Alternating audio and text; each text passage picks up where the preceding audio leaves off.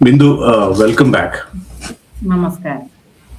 നമ്മള് ലാസ്റ്റ് എപ്പിസോഡിൽ പറഞ്ഞു നിർത്തിയത് നിങ്ങൾ ശാന്തിഗിരി ആശ്രമത്തിൽ പോയി അവിടെ പല പല എനർജി ആക്ടിവേഷനും ഒക്കെ ഉണ്ടായി, പല പല നല്ല അനുഭവങ്ങൾ ഉണ്ടായി. അത് കഴിഞ്ഞിട്ട് വന്ന് ദേവരാജൻ ചേട്ടനെ വിളിച്ചു.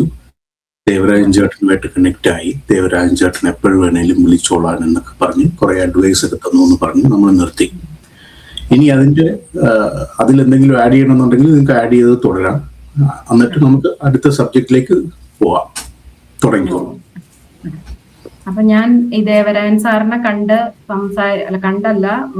വിളിച്ച് സംസാരിച്ചതിന് ശേഷവും ഞാൻ ശാന്തിഗിരി ആശ്രമത്തിൽ തുടർന്ന് പോയിക്കൊണ്ടിരിക്കുവായിരുന്നു. അത് നമുക്ക് എപ്പോഴും ഇടയ്ക്കിട്ട് പെട്ടെന്ന് നിർത്താൻ പറ്റില്ലല്ലോ.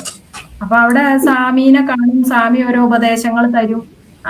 ഇതെല്ലാം ഇങ്ങനെ കഴിഞ്ഞു പോയിക്കൊണ്ടിരുന്നു. അപ്പൊ ഞാൻ ഓരോ പ്രാവശ്യം ചെല്ലുമ്പോഴും ഓരോ അനുഭവങ്ങൾ എനിക്ക് ഉണ്ടാവും. ഞാൻ അതെല്ലാം പറയും. അപ്പൊ എൻ്റെ അടുത്ത് സ്വാമി പറയും, നിങ്ങള് കുടുംബമായിട്ട് ജീവിക്കുക, ആത്മീയതയിലേക്കല്ല പോകേണ്ടത്, മെഡിറ്റേഷന് നിർത്ത്. ഞാൻ ലളിത സഹസ്രനാമമായിരുന്നു ജപിച്ചുകൊണ്ടിരുന്നത്. അപ്പൊ ലളിത സഹസ്രനാമം നിർത്താൻ പറഞ്ഞു, മെഡിറ്റേഷനും നിർത്താൻ പറഞ്ഞു. അവിടത്തെ ഒരു പ്രാർത്ഥനയുണ്ട്, ആ പ്രാർത്ഥന മാത്രം ജപിച്ചാൽ മതി എന്ന് പറഞ്ഞു. അപ്പൊ ഞാൻ ജപിച്ചോണ്ടിരിക്കുവായിരുന്നു. പക്ഷെ എനിക്ക് അതിലൊരു തൃപ്തി വരുന്നില്ല. ഞാൻ ഓരോ ദിവസവും പകല് വന്ന് ഞാൻ ജോലി കഴിഞ്ഞ 3 മണിയാകുമ്പോൾ എത്തും. ആ സമയത്ത് കിടക്കുമ്പോഴും എന്നിൽ ഞാൻ മെഡിറ്റേഷന് ഇരിക്കുവൊന്നും വേണ്ട, എന്നിൽ എനർജി നിറയുക. അപ്പൊ എനിക്കെന്ന് വെച്ചാൽ ഭയങ്കര ഭാരത്തോടു കൂടിയാണ് ഈ എനർജി കയറുന്നത്. ഇവിടെ സ്വാധിഷ്ഠാന ചക്രം മുതൽ അങ്ങ് കയറിയ ഭയങ്കര എനർജി. അപ്പൊ എനിക്ക് ഭയങ്കര ബുദ്ധിമുട്ടുണ്ടാവുക. അപ്പൊ എന്റെ തലയിലൊക്കെ ഇങ്ങനെ ഭയങ്കര ഇടിമുഴക്കം മാതിരിയാ, ഇങ്ങനെ ഇടി മുഴങ്ങണ മാതിരിയാ. അപ്പൊ നമുക്ക് അസ്വസ്ഥതയല്ലേ. അപ്പൊ ഞാൻ ഓരോ പ്രാവശ്യം ചെല്ലുമ്പോ സ്വാമിയോട് പറയുമ്പോ സ്വാമി പറയും, നിങ്ങൾ ഇനി പകല് കിടക്കണ്ടാന്ന് പറഞ്ഞത്. അപ്പൊ പകല് കിടക്കാതെ നമുക്ക് ഒരു വിശ്രമം വേണ്ടേ. അങ്ങനെ ഞാൻ ഈ ജോലിയൊക്കെ കഴിഞ്ഞു വരുമ്പോഴാണല്ലോ കിടക്കുന്നത്. അപ്പൊ അത് ചെയ്യണ്ടെന്ന് പറഞ്ഞു കഴിഞ്ഞാൽ പിന്നെ എനിക്ക് ഓരോ ബുദ്ധിമുട്ടുകൾ വരുമ്പോഴും ഞാൻ എപ്പോഴും ചെന്ന് പറയും. അല്ലെങ്കിൽ ഫോണിൽ വിളിച്ചാണെങ്കിലും പറയുമ്പോ എന്റെ അടുത്ത് പറയണ തുടരണ്ട. ഈ എനർജി കയറുന്നത് എനിക്കത് എന്തെങ്കിലും ഒരു ഇത് വന്നോലോ നമുക്ക്. അപ്പോഴൊക്കെ എന്റെ അടുത്ത് പറയണ ഇത് ചെയ്യണ്ട, അത് ചെയ്യണ്ട, ലളിത സഹസ്രനാമം ജപിക്കണ്ട എന്നൊക്കെ പറയുമ്പോ എനിക്കത് ഉൾക്കൊള്ളാൻ പറ്റണില്ലാതായി.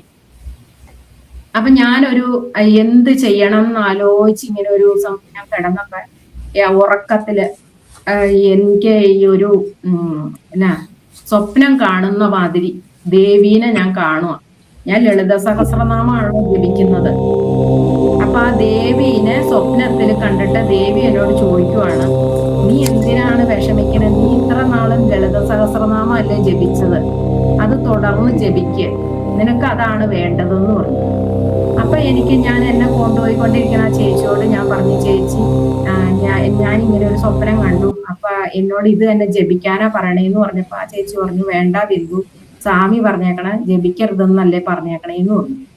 എന്നിട്ട് ഞാൻ ആ ചേച്ചിനോട് പറഞ്ഞു ജപിക്കില്ല എന്ന് പറഞ്ഞിട്ട്. പക്ഷെ ഞാൻ പിന്നെ അത് ജപിച്ചോണ്ടിരുന്നു കഴിഞ്ഞിട്ട് ഞാൻ പിന്നെ സാറിനെ ഒന്നുകൂടെ വിളിച്ചു, ദേവരാജൻ സാറിനെ വിളിച്ചു. സാറ് എനിക്കിങ്ങനെ ഇങ്ങനെ ഞാനൊരു സ്വപ്നം കണ്ടു, എന്നോട് ഇങ്ങനെ ദേവീനെ സ്വപ്നത്തിൽ കണ്ടിട്ട് ഇങ്ങനെ പറഞ്ഞു എന്ന് പറഞ്ഞു കഴിഞ്ഞപ്പോ ദേവരാജൻ സാറ് പറഞ്ഞു, നിങ്ങളൊരു കാര്യം ചെയ്യുക, അത് തന്നെ തുടര്.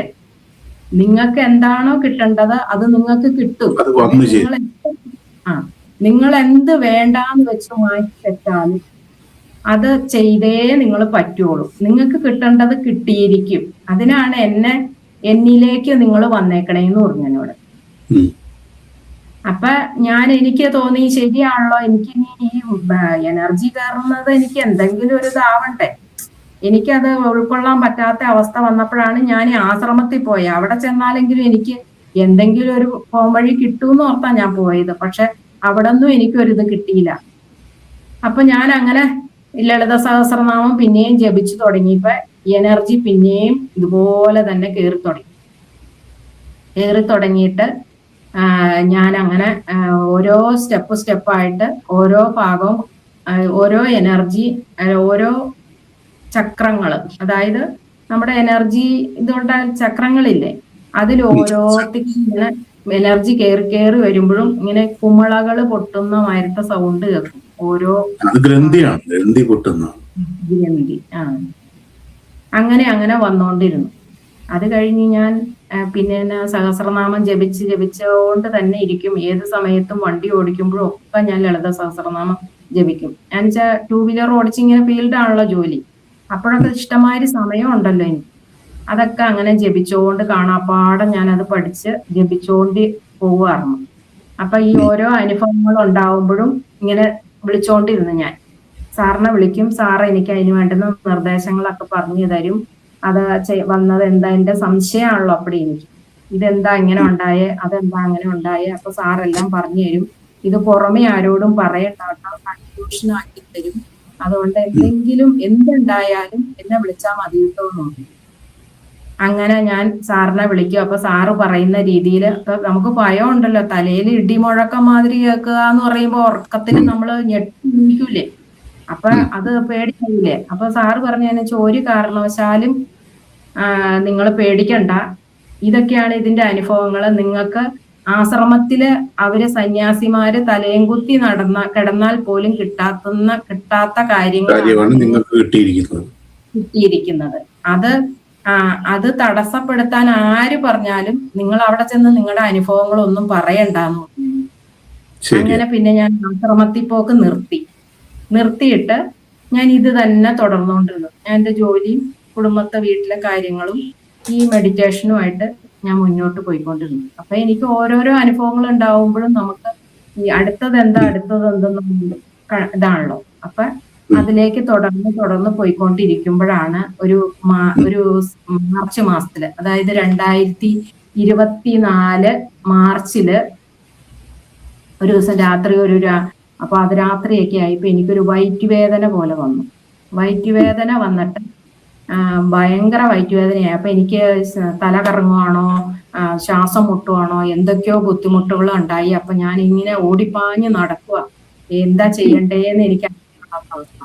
അന്നേരം ഞാൻ ഹസ്ബൻഡിനെ വിളിച്ചു. ഹസ്ബൻഡ് ഓടി ഇറങ്ങി വന്നു. അപ്പൊ ഞാൻ പറഞ്ഞു എനിക്ക് മരിക്കാൻ പോകുന്ന ബുദ്ധിമുട്ടാണ്, അതുപോലത്തെ വിഷമം, എനിക്ക് ശ്വാസം കിട്ടണില്ല എന്ന് പറഞ്ഞു.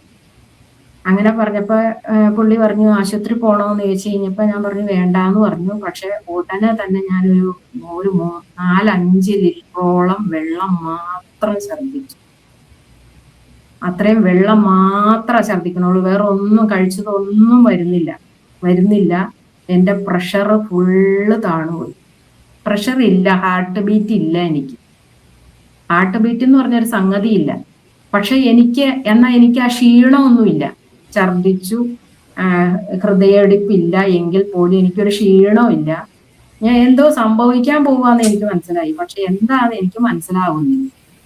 അങ്ങനെയായി. എന്നിട്ട് പുള്ളി പിന്നെ ഹസ്ബൻഡ് തൊട്ടടുത്ത വീട്ടിലെ ചേച്ചീനെ വിളിച്ച് വേഗം എന്നെ ഹോസ്പിറ്റലിൽ കൊണ്ടുപോയി. എന്നെ പിടിക്കുകയൊന്നും വേണ്ട, പക്ഷെ എനിക്ക് യാതൊരു ക്ഷീണവും ഇല്ല, ഞാൻ നടക്കുന്നു, തളർച്ചയോ അങ്ങനെ ഒന്നുമില്ല. ഹോസ്പിറ്റലിൽ കൊണ്ടുപോയി അവിടെ കാഷ്വാലിറ്റി കയറ്റി. അവര് എന്താ പറ്റിയെന്ന് വെച്ചപ്പോ ഇന്നതാ അവസ്ഥ എന്ന് പറഞ്ഞു. അവര് BP അപ്പാർട്ടസ് 2 എണ്ണം വെച്ച് നോക്കിയിട്ടും എനിക്ക് ഹാർട്ട് ബീറ്റ് ഇല്ല. അവർക്ക് ആകെ ബുദ്ധിമുട്ടായി. എന്നിട്ട് അവര് പെട്ടെന്ന് നോർമൽ സലൈൻ 10 മിനിറ്റ് പോലും എടുത്തില്ല ഒരു കുപ്പി എന്റെ ശരീരത്തിൽ കയറാനായിട്ട്. അത്ര സ്പീഡില്. ഞാൻ നേഴ്സാണ്, നേഴ്സിംഗ് പഠിച്ച് പാസ്സായ ആളാണ്. പക്ഷെ ഒരു 2 വർഷത്തോളം ഞാൻ അത് ജോലി ചെയ്തോളൂ. പിന്നെ താല്പര്യം ഇല്ലാത്തതുകൊണ്ട് അത് നിർത്തുപോയത്. അതുകൊണ്ട് നമുക്ക് അതേ പറ്റിയൊക്കെ അറിയാം. അപ്പൊ ഞാൻ അവരോട് പറയണ്ട എന്റെ പ്രഷറാണ് താണു പോയേക്കുന്നത്. അപ്പൊ അത് ചോദിച്ചു എങ്ങനെ അറിയാന്ന് വെച്ചപ്പോ ഞാൻ പറഞ്ഞു അത് എനിക്ക് മനസ്സിലാവുണ്ടെന്ന് പറഞ്ഞു ഡോക്ടറോട്. അങ്ങനെ ഒരു അനുഭവം ഉണ്ടായി. അത് ആ ഡ്രിപ്പ് കയറി കുറച്ചു നേരം കഴിഞ്ഞപ്പോഴത്തേക്കും എനിക്ക് പ്രഷർ കയറി വന്നു. അപ്പൊ ഈ ഒരു 20 മിനിറ്റ് നേരം എനിക്ക് ഹൃദയമിടിപ്പ് ഇല്ലാതെ ഞാൻ ജീവിച്ചു. അത് എന്താ അവസ്ഥയായിരുന്നു എന്ന് എനിക്ക് മനസ്സിലാവണില്ല. പ്രപഞ്ചത്തിന്റെ ഒരു സപ്പോർട്ട് ഉണ്ട്. പിന്നെ നമ്മൾ ഉദ്ദേശിക്കുന്ന, നമ്മുടെ ഈ ഡോക്ടർമാർ ഉദ്ദേശിക്കുന്ന ഒരു കണക്കിന് തന്നെ നോർമൽ ആവണമെന്നില്ല. എന്റെ പേഴ്സണൽ എക്സ്പീരിയൻസിൽ നിന്നാണ് ഞാൻ പറയുന്നത്. എനിക്കിതുപോലെ അനുഭവം ഉണ്ടായിട്ടുണ്ട്. അതിനൊന്നും ഒരു എക്സ്പ്ലനേഷൻ ഒന്നുമില്ല. നമ്മുടെ ഈ ഡോക്ടേഴ്സ് അല്ലെ മോഡേൺ സയൻസിന്റെ ഒരു നോംസ് ഉണ്ടല്ലോ, 92 താഴെ പോകരുത്, അല്ലെങ്കിൽ 150 മേളിൽ പോകരുത്. അതിനൊക്കെ മേളിൽ പോയിട്ടുള്ളതും താഴെ പോയിട്ടുള്ളതും എത്രയോ കേസുകളുണ്ട്. അത് ഒരു സ്പെക്കുലേറ്റഡ് ടൈം. ഇപ്പൊ നിങ്ങളൊരു സ്പിരിച്വൽ അവേക്കനിങ്ങിലുള്ള ഒരാളാണെന്നുണ്ടെങ്കിൽ ആ സ്പിരിച്വൽ അവേക്കനിങ്ങിന്റെ ഭാഗമായിട്ട് കുറച്ച് സമയങ്ങളിലേക്ക് ഇതിനെ ഈ ലെവലിൽ കൊണ്ടുവരണമെന്നൊരു തത്വമുണ്ട്. അത് മോഡേൺ സയൻസിന് അറിയില്ല. അപ്പൊ ആ ഒരു തത്വത്തില് അവിടെ വന്ന് വർക്ക് ചെയ്ത് നിങ്ങളെ ക്ലെൻസ് ചെയ്ത് തിരിച്ചു കൊണ്ടുവരികയാണ് അവിടെ ചെയ്യുന്നതെന്ന് എനിക്ക് തോന്നുന്നു. എനിക്കതാണ്. എനിക്ക് അന്നേരം ഒന്നും മനസ്സിലായില്ല. അത് കഴിഞ്ഞ് ഞാൻ പിന്നെ ചിന്തിച്ചു എന്താ അങ്ങനെ സംഭവിച്ചത്. അപ്പൊ എനിക്ക് ആശ്രമത്തിൽ പോയപ്പോ ഉണ്ടായ ഞാൻ അനുഭവം പറഞ്ഞില്ലേ സാറിനോട്, അതൊക്കെ ക്ലെൻസിങ്ങിന്റെ ഭാഗമാണ്. അങ്ങനെ കുട്ടിയാ മതി. ഇത് തന്നെ ഇത് തന്നെ വെച്ചാൽ ഞാൻ ഒരു 2 ഗ്ലാസ് അല്ലെങ്കിൽ 3 ഗ്ലാസ് കൂടുതൽ വെള്ളം ഞാൻ കുടിച്ചിട്ടില്ല ആ സമയം കൊണ്ട്. ഒരു 5 മണി മുതൽ ആ സമയം ഈ രാത്രി 1 മണി വരെ ഞാൻ അത്രയും വെള്ളം കുടിച്ചിട്ടുള്ളൂ. പക്ഷെ ഒരു 4-5 ലിറ്റർ വെള്ളത്തിന് മുകളിൽ ഞാൻ ഛർദ്ദിച്ചു പോയി. അപ്പൊ അത് എന്താ, എനിക്ക് യാതൊരു ബുദ്ധിമുട്ടുകളും ഇല്ല. പ്രഷർ താണുപോയ ഒരാളുടെ അവസ്ഥ തന്നെ, ആള് മരിച്ചു പോവില്ലേ? പ്രഷർ ഇല്ല. ഈ സ്പിരിച്വൽ അവേക്കനിങ് നടക്കുമ്പോൾ ആദ്യം എന്താ സംഭവിക്കുന്നതെന്ന് വെച്ച് കഴിഞ്ഞാൽ ഈ സമുദ്രമഥനം എന്ന് കേട്ടിട്ടില്ലേ? അപ്പൊ സമുദ്രമഥനം എന്ന് പറയുന്നത് സെയിം സ്പിരിച്വൽ അവേക്കനിങ് ആണ്, സിംബോളിക് റെപ്രസെന്റേഷൻ പറയുന്നത്. അപ്പൊ സമുദ്രമഥനം എന്ന് പറയുന്നത് ആ വാസുകി എന്തോ പാമ്പെന്ന് പറയുന്നത് ഇതാണ്, നമ്മളുടെ സുഷുമ്നയാണ്, കുണ്ടലിനിയാണ്. അതിനെ വെച്ചിട്ടാണ് നമ്മളുടെ നട്ടെല്ലാകുന്ന മേരു ഇത് ചെയ്യുന്നത്. അപ്പൊ അങ്ങനെ ചെയ്തുകൊണ്ടിരിക്കുമ്പം ആദ്യം വരുന്നത് കാളകൂട വിഷമാണ്. നമ്മുടെ ശരീരത്തിലുള്ള എല്ലാ വിഷങ്ങളും പുറന്തള്ളിയതിന് ശേഷമാണ് നമുക്കൊരു ശരിക്കുള്ള ഒരു ആക്ടിവേഷനും എനർജി ഇതും ഒക്കെ വരുന്നത്. അപ്പം എൻ്റെ ഒരു അസസ്മെന്റിൽ എനിക്ക് തോന്നിയിട്ടുള്ളത്, നിങ്ങൾക്ക് ഇത് നടന്നതെല്ലാം ഈ വിഷങ്ങൾ പുറത്തു തള്ളുന്ന ഒരു പ്രോസസ്സായിരുന്നു. പിന്നെ നിങ്ങളെ ക്ലിയർ ചെയ്യും, നിങ്ങളുടെ body, mind and soul, spirit clear ചെയ്ത് എന്നിട്ടാണ് നിങ്ങൾക്ക് ശരിക്കുള്ള ഒരു ഈശ്വര തത്വം നിങ്ങൾ ഉള്ളിലേക്ക് വരുവുള്ളൂ, വരാൻ പറ്റുള്ളൂ. തുറന്നോളൂ. അപ്പൊ ഈ പ്രോസസ്സിങ് കഴിഞ്ഞതിന് ശേഷമാണ് എനിക്ക് ശരിക്കും മെഡിറ്റേഷൻ കിട്ടിത്തുടങ്ങിയത്. എനർജി കയറി തുടങ്ങിയതും എനിക്ക് ഓരോ അനുഭവങ്ങൾ ഉണ്ടായതും ഒക്കെ ഈ 2 ക്ലെൻസിങ് കഴിഞ്ഞതിന് ശേഷം.